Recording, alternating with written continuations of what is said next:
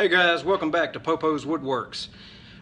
Something I don't normally do is reviews on items, but I bought something recently because I got tired of setting my miter saw on top of my workbench, having to move it back and forth every time I want to cut wood. So I actually broke down and bought a miter saw stand.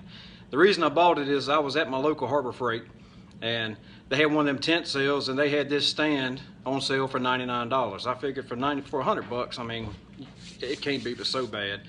So I bought the stand, and believe it or not, I'm very impressed with the stand, and I'm going to show you here in just a second everything that it does. But it is very stout, it's heavy, but everything that this stand does for $100 versus the competitors that is way on up there in price, I figured I'd take the time to share it with y'all.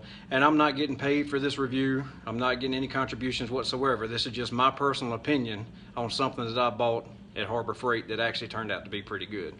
So let me get the stand out. You're gonna have to excuse my garage, it's a huge mess right now. We got scrap wood everywhere in my daughter's toys. But anyway, this is the box that it came in, and that's the stand.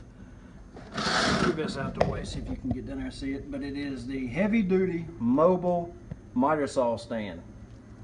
So I've got it set up over here.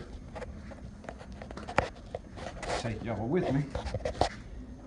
And this is pretty much how I leave it now, because I leave my saw attached to it because I'm not ever going to take it off, which I don't really need to. But it works just like a hand dolly. You can tilt it back on the wheels and roll it wherever you want to, throw it in the bed of the truck. But when it's all folded up like that, it really doesn't take up a whole lot of space in the shop.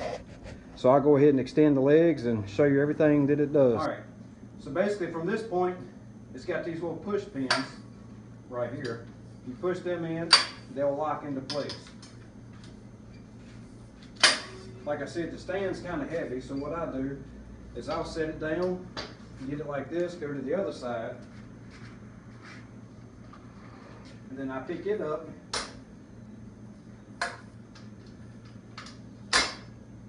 get that one locked in, and then your saw is ready to be utilized. All right, one of the cool features this thing has is right here you've got two red knobs. You can click that, raise up the yellow handle, and on the other side, click the other one. As you can see, when you do that, it unlocks it from these tubes. So if you needed to take your table saw off, or if you wanted to do it just for storage, there it is. I mean, it'll literally come off, it's pretty easy. But then when you're ready to use the saw, you tilt it backwards, and then push it forward, click that handle down until it clicks, hit the other one until it clicks, and now the saw is not going anywhere. It's really locked into place. Another feature it has is you can loosen these side knobs right here, like this one, and it'll let that roller go up and down to the desired height of your material that you're cutting.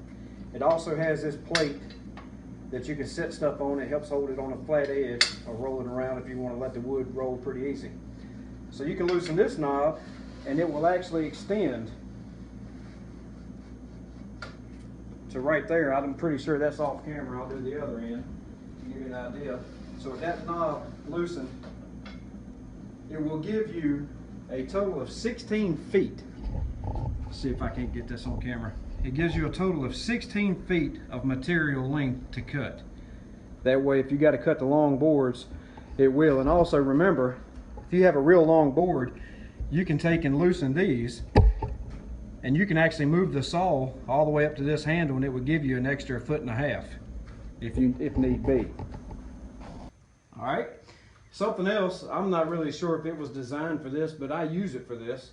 But I'll move this in, depending on the height of my board, I may raise it up or down, but I'll take this piece here and I'll slide it in or out however I need it. But if I'm doing a project that's got a lot of repeat cuts, I'll measure from the saw blade to this plate. See this plate right here, like I said, it goes up and down and gets out of your way. So I'll flip it to this side, and I'll actually run my wood up once I get my dimensions. I'll run my wood up and butt it up against there and use it as a stop block. And like I said, if you're cutting 15, 20 pieces of the exact same length wood, that really comes in handy. And if you don't really like using this part, then you can loosen this knob, flip this out of the way, and then you can butt your wood up against the upright right here, because I've done that too, because it's more of a flatter edge. So if I was to cut that, I just said that, I'm not sure what the length is. But if I had to cut 15 of these, then all I'd have to do is, once I cut it, is slide my 2x4 down till it touches and cut it again, and then keep on moving to save some time. Right. And when you're done with the saw for the day, this end you see here has these two kickouts, or whatever you want to call them. Anyhow, you don't want to leave this all the way at the bottom. What I do is I actually bring it up flush here, and I'll turn this screw knob and I'll lock it in there. And then you want to make sure all your twist knobs are locked up. So when you get to moving it, nothing moves on you. But actually, what this is this kind of like if you want to take it like a dolly or a hand truck. Here's your wheels. When you stand this up on end, this is actually what stands out to keep it upright. So when I'm ready to break it down, like I said, it's got these little push button things. So I'll get the weight up off of them and I'll push them in.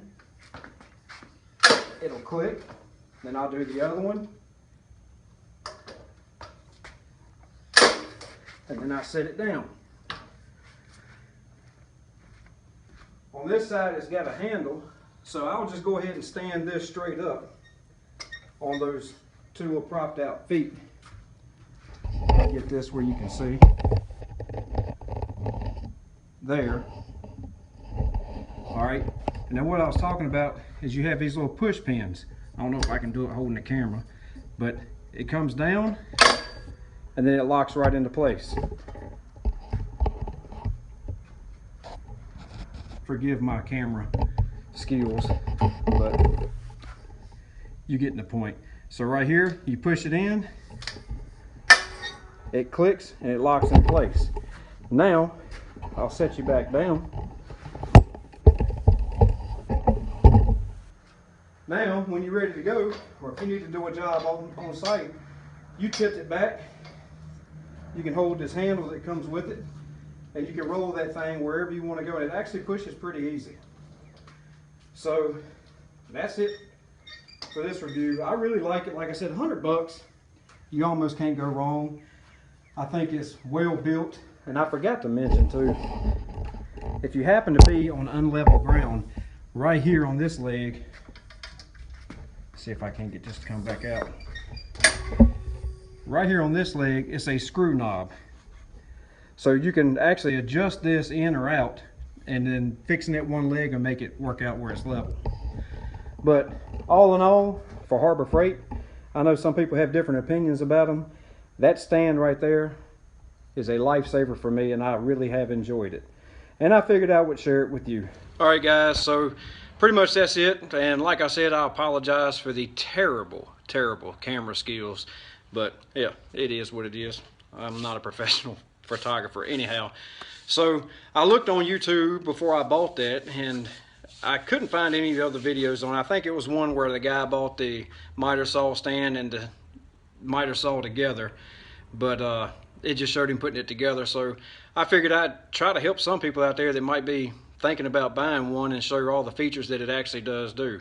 It's not that bad to put together, but everybody that buys things from Harbor Freight, you ought to know that the directions are absolutely insane, and they're just, you might as well just take the directions and throw them in the trash and look at the picture on the box when you go to assembling things. So it's pretty easy though. But anyhow, that's my review on the Harbor Freight miter saw stand.